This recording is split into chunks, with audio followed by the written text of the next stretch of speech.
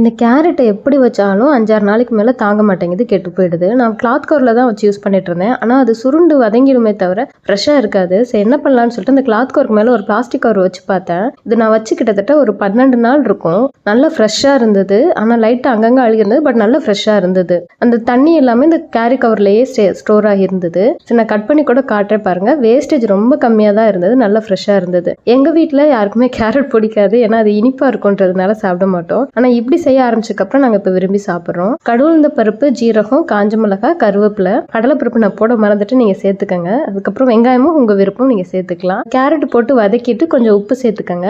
Carrot முழுகிற அளவுக்கு தண்ணி விட்டுக்கங்க. அது அப்படியே மூடி வச்சு வேக விட்டுறலாம். தண்ணி ஃபுல்லாக வற்றினதுக்கு அப்புறமா 1/4 ஸ்பூன் வெறுமிளகாத்தூள், 1/4 ஸ்பூனுக்கு கம்மியாக கரம் மசாலா சேர்த்து நல்லா பச்சை வாசம் போக மிக்ஸ் பண்ணுங்க. இது பச்சை வாசம் போனதுக்கு அப்புறமா தேங்காய் துருவல் சேர்த்து கிண்டிட்டா பொரியல் ரெடி. இப்படி செஞ்சு பாருங்க, எல்லாருக்குமே ரொம்ப பிடிக்கும்.